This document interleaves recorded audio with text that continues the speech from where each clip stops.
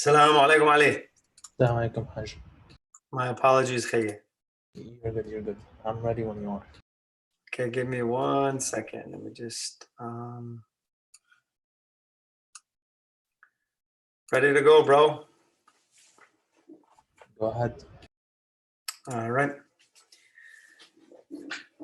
Assalamu alaikum, everyone, and again, welcome again to just a nightly program that what's going on with us here in terms of putting this stuff together for you guys. It's really a privilege. I just want to say that first of all, and I'm so grateful that I have these opportunities. I know I promised you guys before I start. I know I promised you guys in terms of to do the khushu' in salah. I wanted to do that, but something came up today and I have it ready. I have there's 7 conditions. حضور القلب, in terms of just having the presence of heart, at-ta'zeem, just having an understanding of what the greatness of Allah is, al-hay'a or hayba, afwan. These things, inshallah, we're going to talk about tomorrow, and what you should be thinking in your salah and how you should be doing that. There's 7 levels of khushu', and we're gonna how to ascend. But today something happened, and I had to put this together, and I put it together for you guys. And this is something that I think many people struggle with. And I have clients, guys, from all around the world, and I see this in so many people coming up. So I wanted to do this as part 1 of kind of the teaching your children how to make good decisions. And I wanted to give you some anecdotes today in terms of understanding what decisionophobia is. And this is actually a real thing in terms of psychological terms.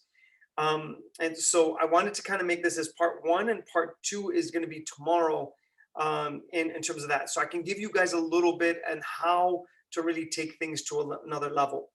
From here, I'm going to explain to you what are the causes of it, what are the symptoms of it, and then I'm going to tell you, give you 6. I'm going to explain the fight or flight system and how it triggers in terms of fear. Then from there, what we're going to go into is setting up pretty much what's the 6. I'm going to give you 6 kind of quick tips how to get out of decisionophobia. So decisionophobia, I'm going to explain to you what it is, and then we'll go from there. But that's pretty much the whole gesture. Then we're going to go to Imam Ali alayhi salam at the end, and what he says in terms of what is positive fear, what should you be afraid of. And he has a beautiful hadith in Nashr Balagha, and I want to take you through that in terms of that presentation. But today, again, take some really good notes. I've got people who are just getting back with me, and they are taking notes. They're putting this stuff together. It's super exciting for me when I hear that, and somebody sends me a picture of their notes, or I hear a mother telling me, yeah, her kids are taking notes, or someone just sends me just a message and saying, your lectures are really affecting me as a person. I'm just grateful for that. Thank you for all the comments. Thank you for all the feedback. I'm just grateful to be just doing this stuff for you guys every single night, and I'm honored. It's my honor, and it's my privilege. So let's go with this. First thing, first of all, let's just start it with what we need to start with. is أعوذ بالله من الشيطان الرجيم بسم الله الرحمن الرحيم والصلاة والسلام على أشرف الأنبياء والمرسلين أبي القاسم محمد وعلى آل بيته الطيبين الطاهرين اللهم صل على محمد وآل محمد. Now, guys, I thought this would be a perfect book, and this is way back then. I read this book way back then, and it's called Welcome to Your Child's Brain. And it's a psychological parenting book, but it's really, really something incredible in terms of understanding how kids' minds work. And this, I thought it'd be perfect for the subject tonight. And these things are so worth buying if you're a parent, or even heck, if you're somebody who's a teenager just growing up and understanding how you work. This would be a great book. So what I advise you guys to do is really look into some neuroscience, some neurobiology. It's called um, uh, the biopsychology. It's got other names, physiological psychology. It's got these names in terms of different ways, and neuropsychology uh, or behavioral neuroscience. All these things, I would really tell you, I advise you, if you really want to understand the way you work and how the mind is working now. There's some amazing, amazing research that's been going on, but I have to warn you there. Just be careful in terms of the information, because it does like equate the scientific measure and the scientific studies as is the mind is equal to the brain, as we talked about that yesterday. So I do advise you to do that. All right, guys, that's the book. That's the intro. Let's go from here. All right. So decisionophobia, what is it? Let's go into here and to see what this really is and why this works and how it works. I know I've been getting some comments about the cat too, so there's nothing I can do about that, guys, but she just wanders all around. So, all right, decisionophobia. What is it? Okay. What does it lead to? I'm going to show you a few things in terms of how it works, but decisionophobia is really being afraid to make decisions. And what happens is, I want you to go back, and if you haven't watched the Science of Self-Confidence presentation, please go back, because when you're about to make a decision, you have to rely on your own ability, meaning your own thinking. And what happens there is, when we fail so many times, when we try our decision making onto the world and we fail multiple times over and over and over and over, we start having fear of making decisions. That's how it works. But imagine you're getting success every time you make a decision.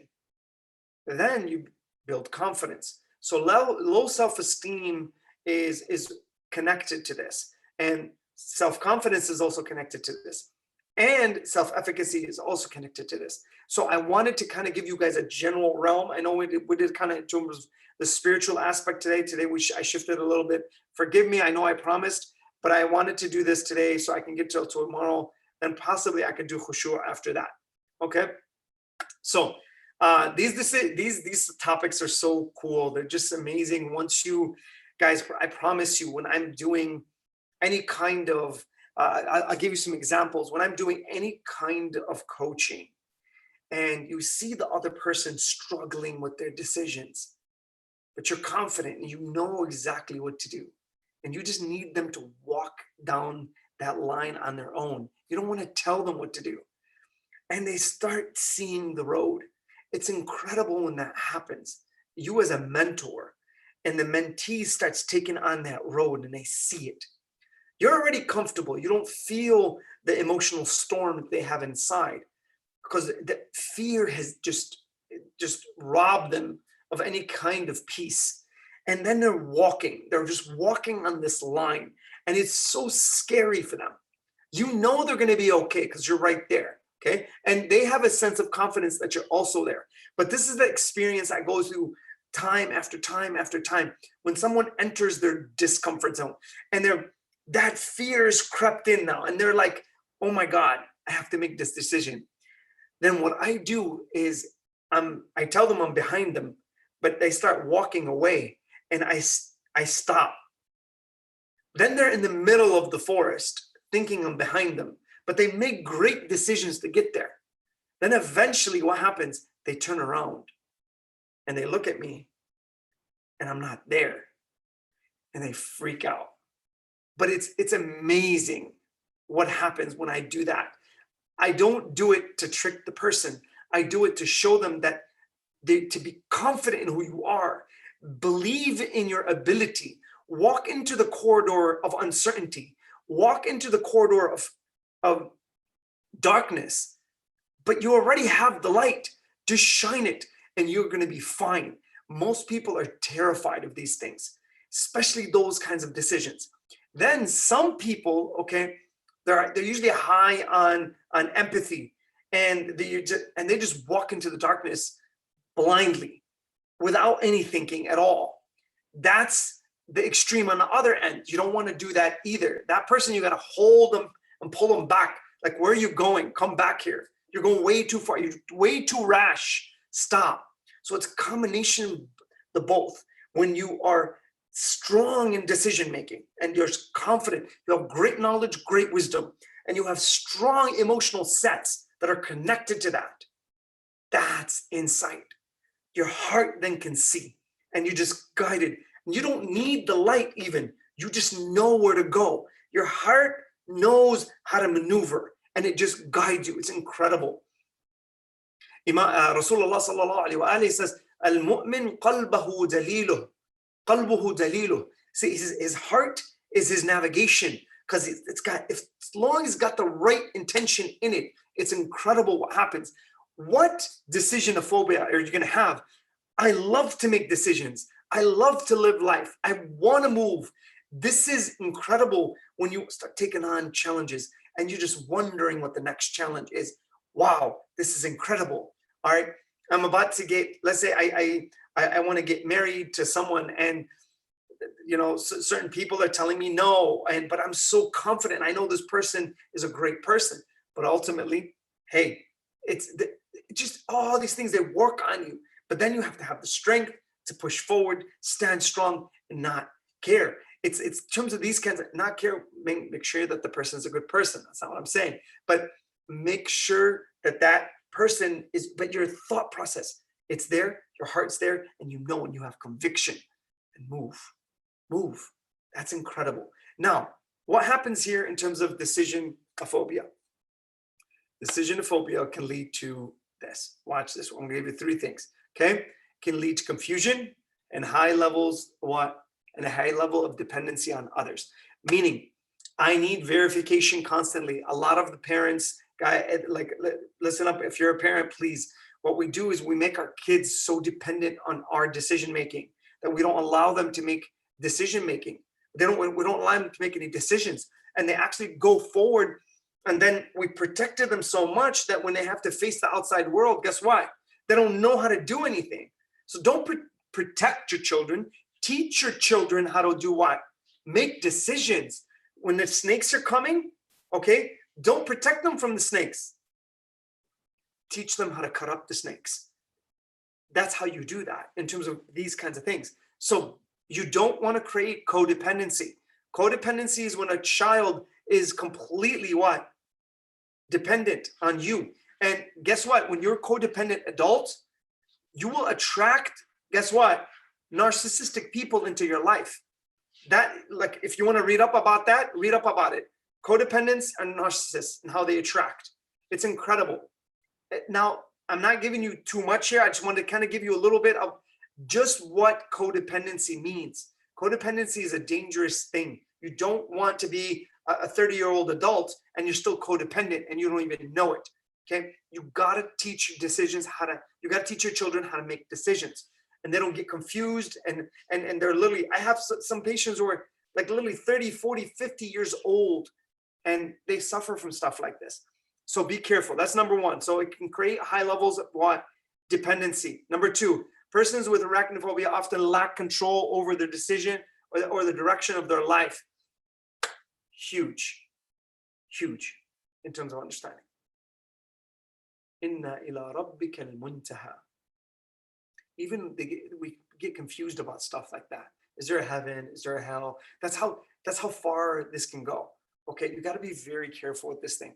And once you have the confidence and you build yourself in this way, man, it's all about understanding that outcome, as we said earlier in that presentation about building character, dropping the outcome. When you drop the outcome, you have faith in Allah. Taslim. And we talked about that yesterday. Comes from what? In here. Now your navigation is set in terms of the heart.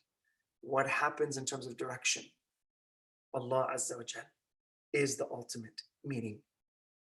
That's incredible when you start understanding that. That's an antidote to this problem here as well. Okay, problems such as low self-esteem can decrease the level of a person's confidence. So what happens when you have low self-esteem? You'll have low confidence necessary to face different choices and make the right decisions.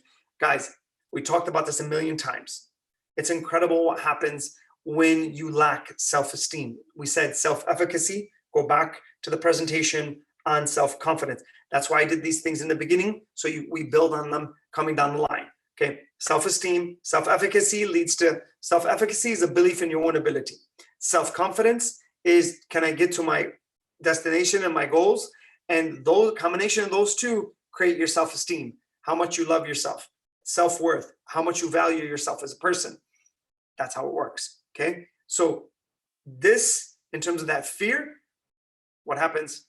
That can decrease the confidence, then you will lack in decision-making ability. That's how it works. Now, let's move to the symptoms now in terms of this. Number one, okay, I'm going to go through these really quickly. They're not that I'm sure you've heard these probably a million times. Okay, anxiety when thinking of making a decision.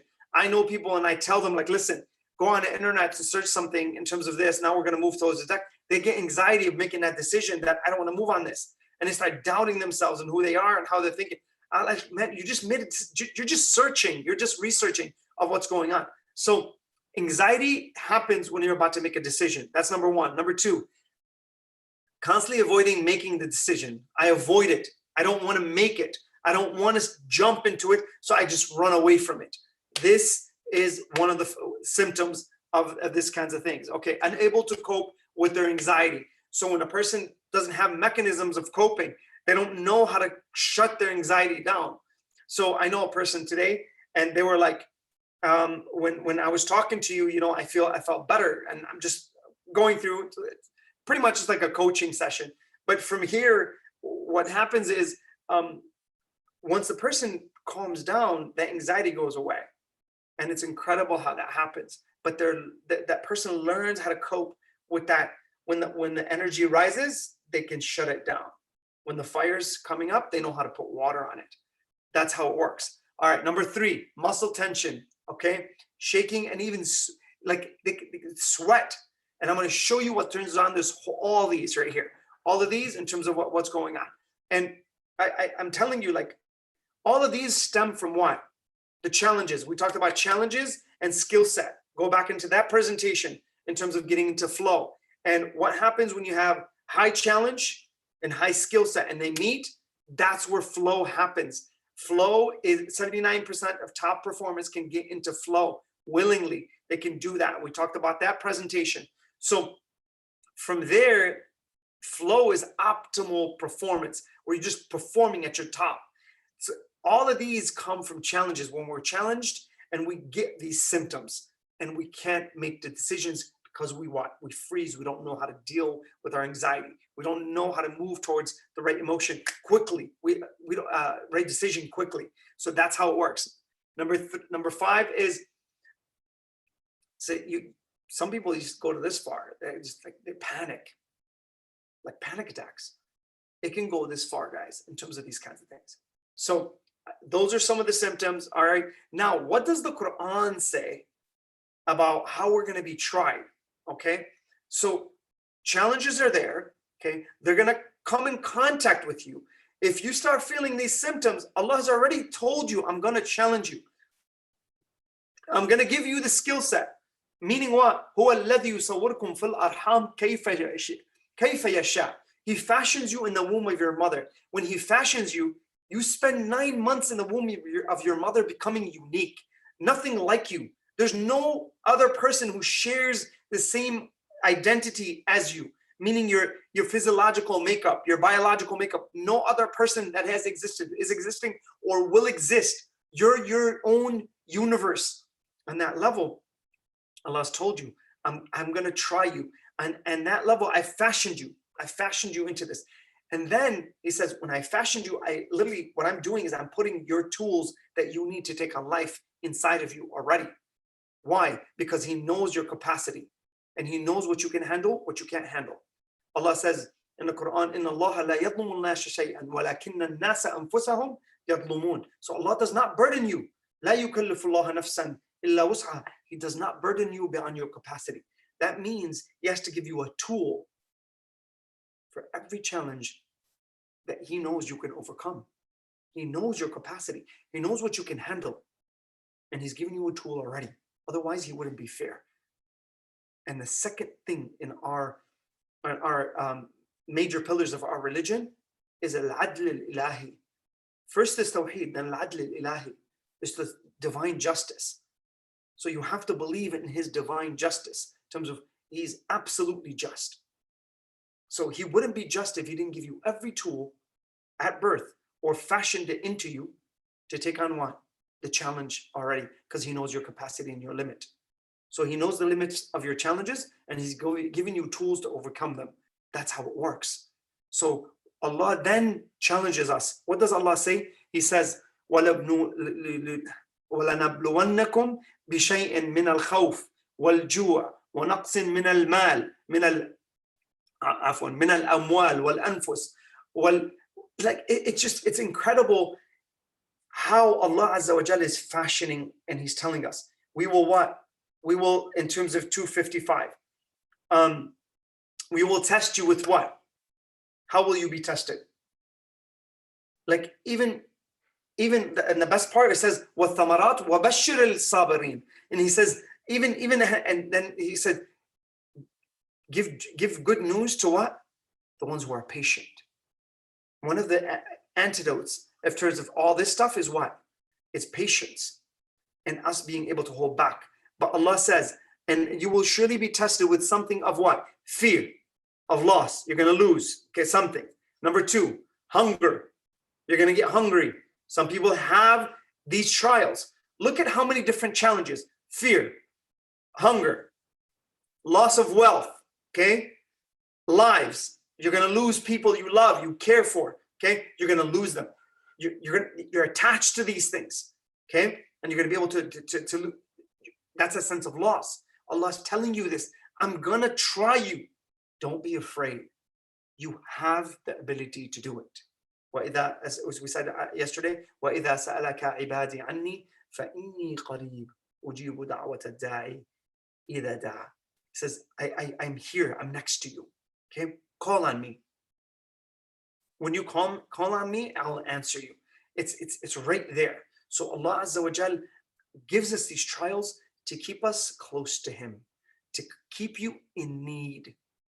You're never completed perfectly. Why? Because you always need to strive further. But Allah does this to keep you close to him, to bow down to him, to go back and feel like there's no one else that can help you but him. He's always bringing you closer to him. That's why these things are there. It's to bring you closer to Allah. Now, let's move forward. Fruits.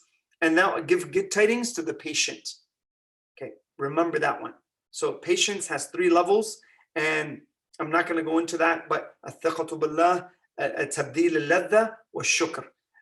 Those maybe I don't know if I'm able to be able to do anything there in terms of that aspect, but in terms of future presentations, maybe I will, but I don't know if I'm going to be able to fit that one. But understand, these are the symptoms. And then Allah has promised us that, you know what, you're going to feel these things.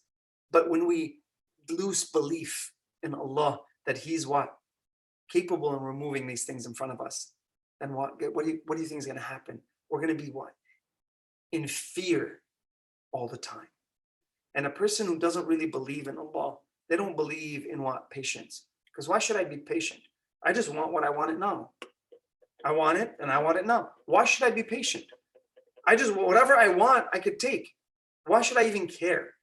Because a person like that gets very frustrated. Now, let's move forward. All right. The fight or flight system.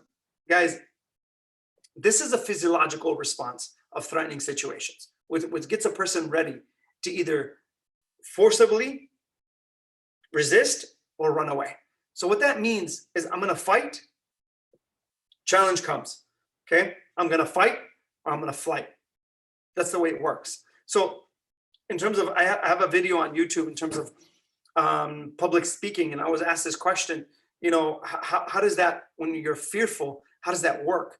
And I'm going to give you a little bit about how the system works, because a lot of us, what we do is we walk around and all our environment is threatening.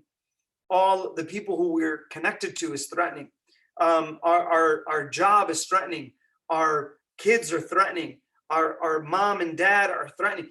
We develop so many threatening situations around us that this system is constantly on. So we're always in a state of what? Anxiety. And we become paranoid even. and we can go into those levels. But now watch what happens.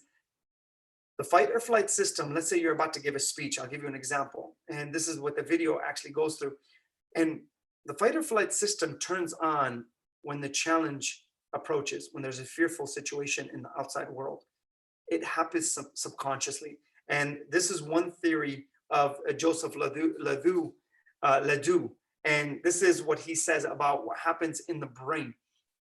In one theory, he says that the first thing is subconsciously. This is the low road, it's called. Subconsciously, it hits your amygdala. Your amygdala is the fear center of the brain. And now that process hits the hypothalamus. And the hypothalamus is your thermostat of your whole body, and it regulates your whole system. And now what do you think happens after that? What happens after that is now it turns on what? Everything. It dumps hormones into your bloodstream. Epinephrine or norepinephrine is released.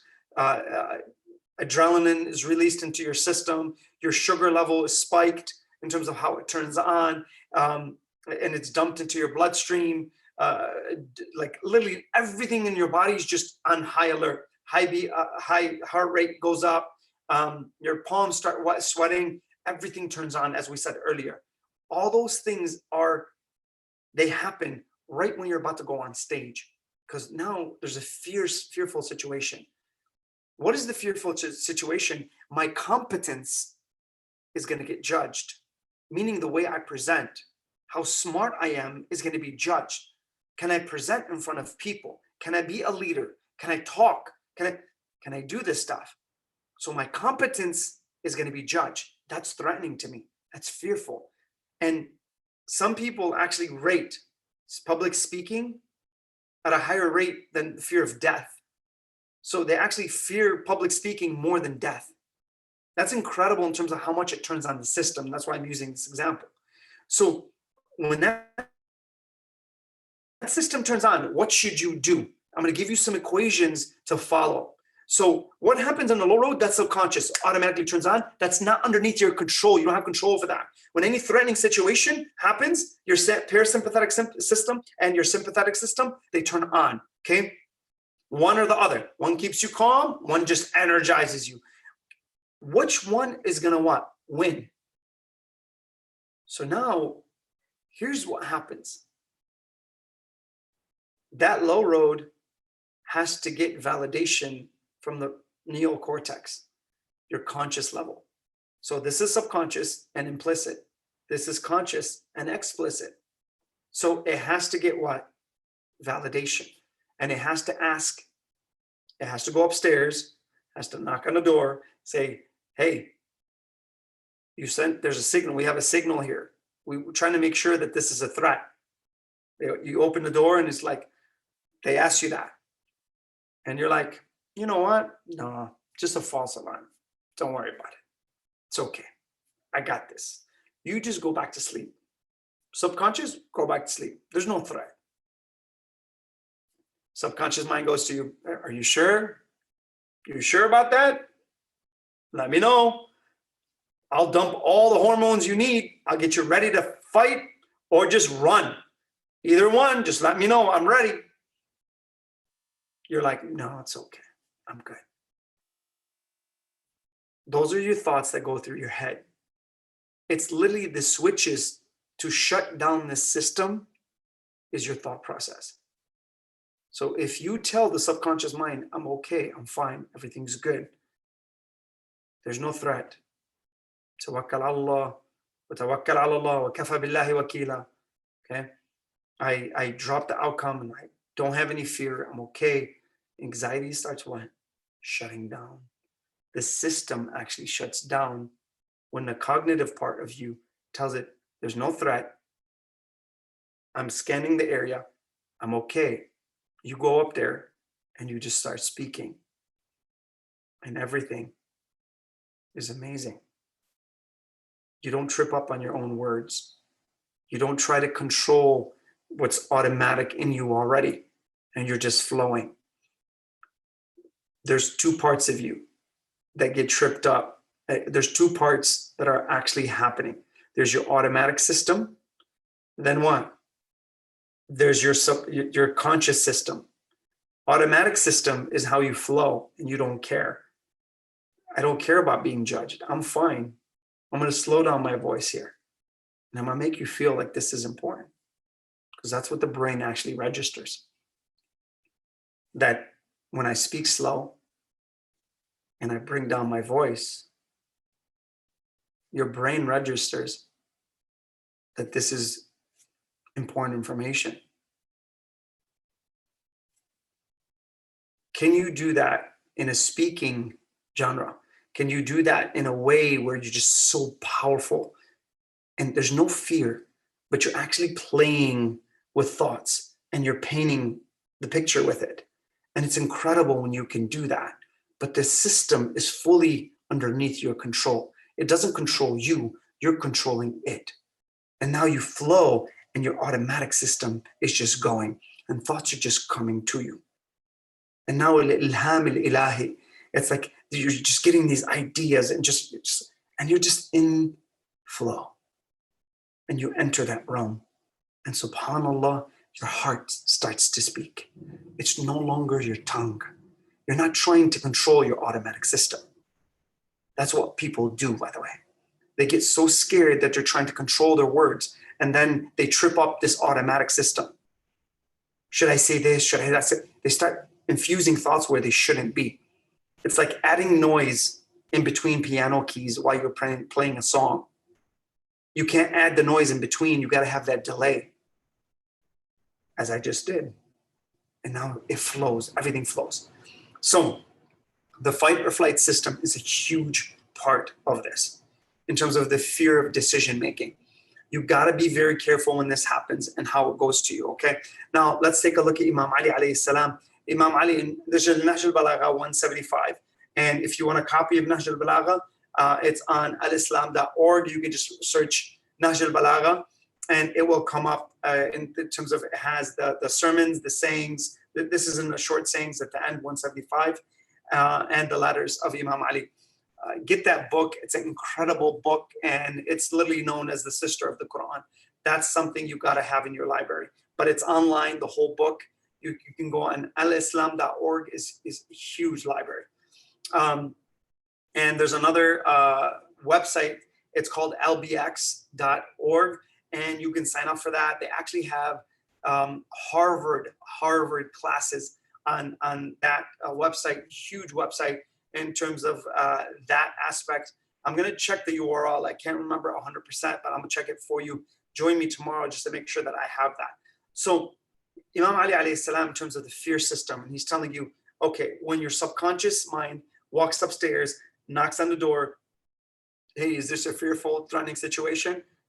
Imam Ali alayhi salam says, when you are afraid of something, dive straight into it because the intensity of abstaining from it is greater, worse than what you are afraid of.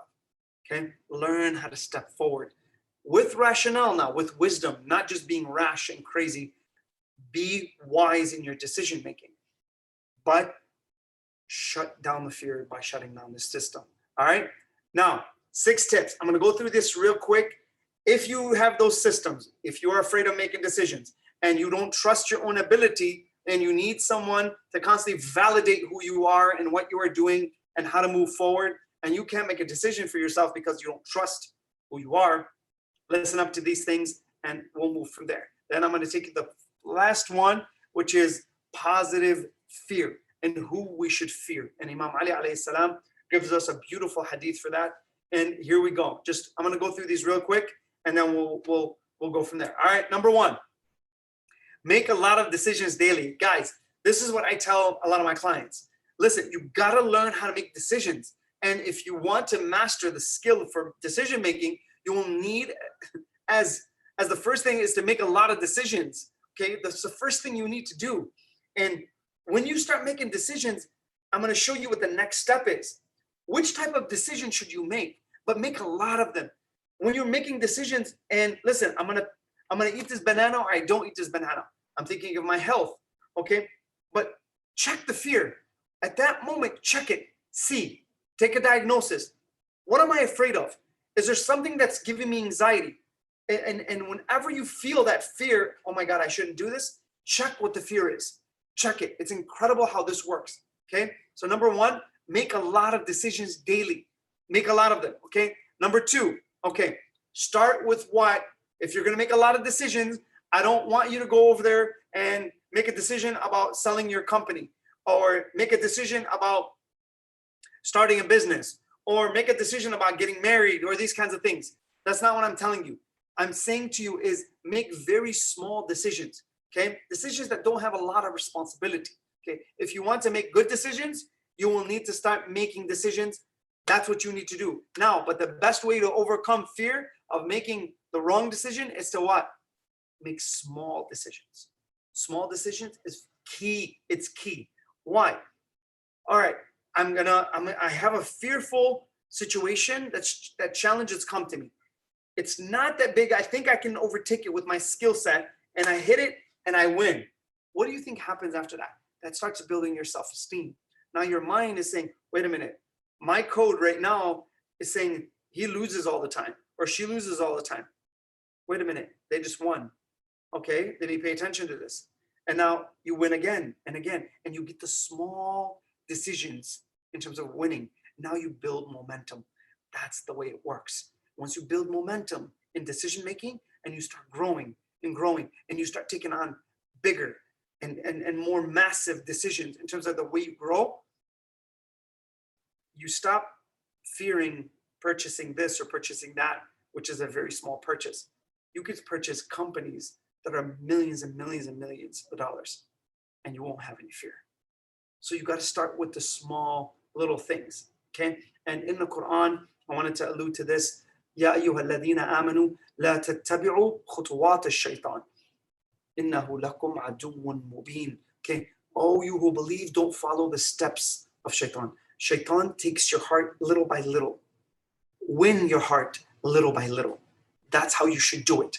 Okay, take yourself and build your confidence one decision at a time, and build slowly. Start with the small ones, get to the bigger ones. All right, number 3, take action after you make a decision to do something. Guys, this is, so now you're making small decisions, all right? So you're making a lot of decisions, and you're making small decisions, but when you make the decision, you stop.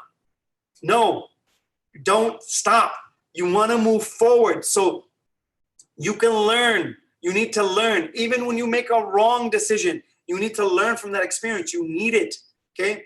So, but make faulty decisions where? In small little things that don't have a lot of consequences. Because guys, some decisions are one-way tickets, all right? Just like you fly in an airplane, you can't bring that back, okay? If you have an illegitimate child, you can't take that back. That's it. It's a one-way decision. Imam Ali alayhi salam says, pleasure goes away and the consequences will stay. On that level, you don't want to make one-way decision tickets, one-way ticket decisions, all right? You don't want to do that.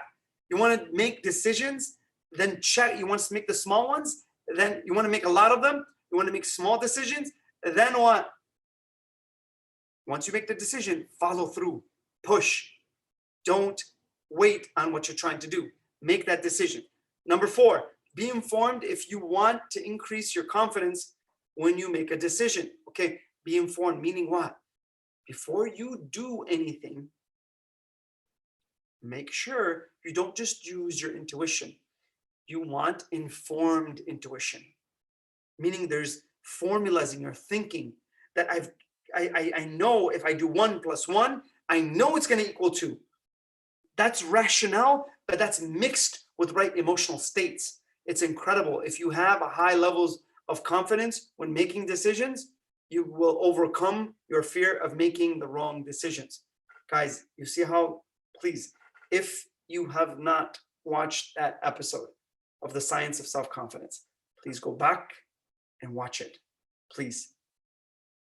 So now, before you're about to make the decision, you're making a small decision, all right? You're making daily decisions, a lot of them, they're small, okay? You've gotten to a point where now you follow through, but before you jump into it, you just what?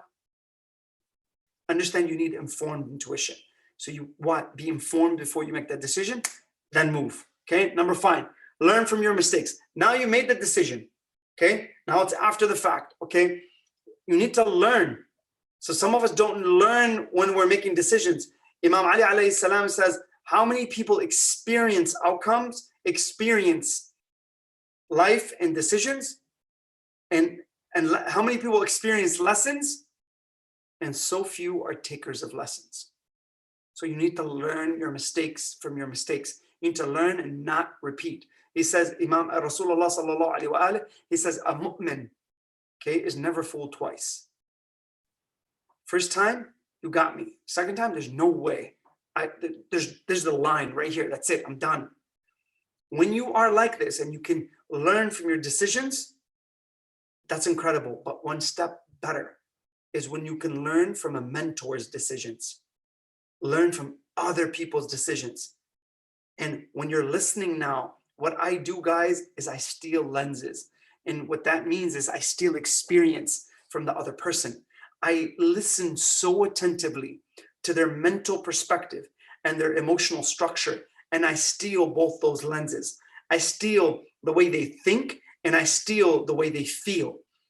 I sympathize and I empathize. I've stolen that experience. I've never been to jail, but I've been to jail. I know a person in terms of certain things that this person that their dad would get drunk. And imagine this situation. And the person would choke their dad to get them to fall asleep. Imagine having to do that. It's incredible what people have to go through in terms of these kinds of things. So understand when you're making decisions, understand what kind of decisions you're making and listen to yourself once you and learn from that mistake. Don't get to a point where you do stuff like that. Don't. Your heart is being desensitized and your navigation system is off. And now you see falsehood as truth and truth as falsehood, and it can happen to you.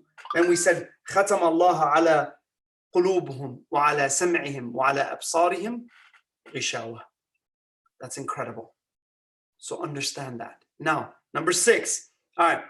Motivate yourself to make the right decision. Guys, if you make more right decisions, you will have more confidence and less fear. Guaranteed. Okay. It's been correlated. The reason I'm saying this, as confidence goes up, the correlation is performance goes up. That's how it works.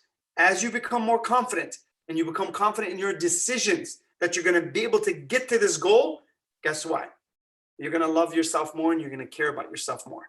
And you're going to choose different people, bottom line.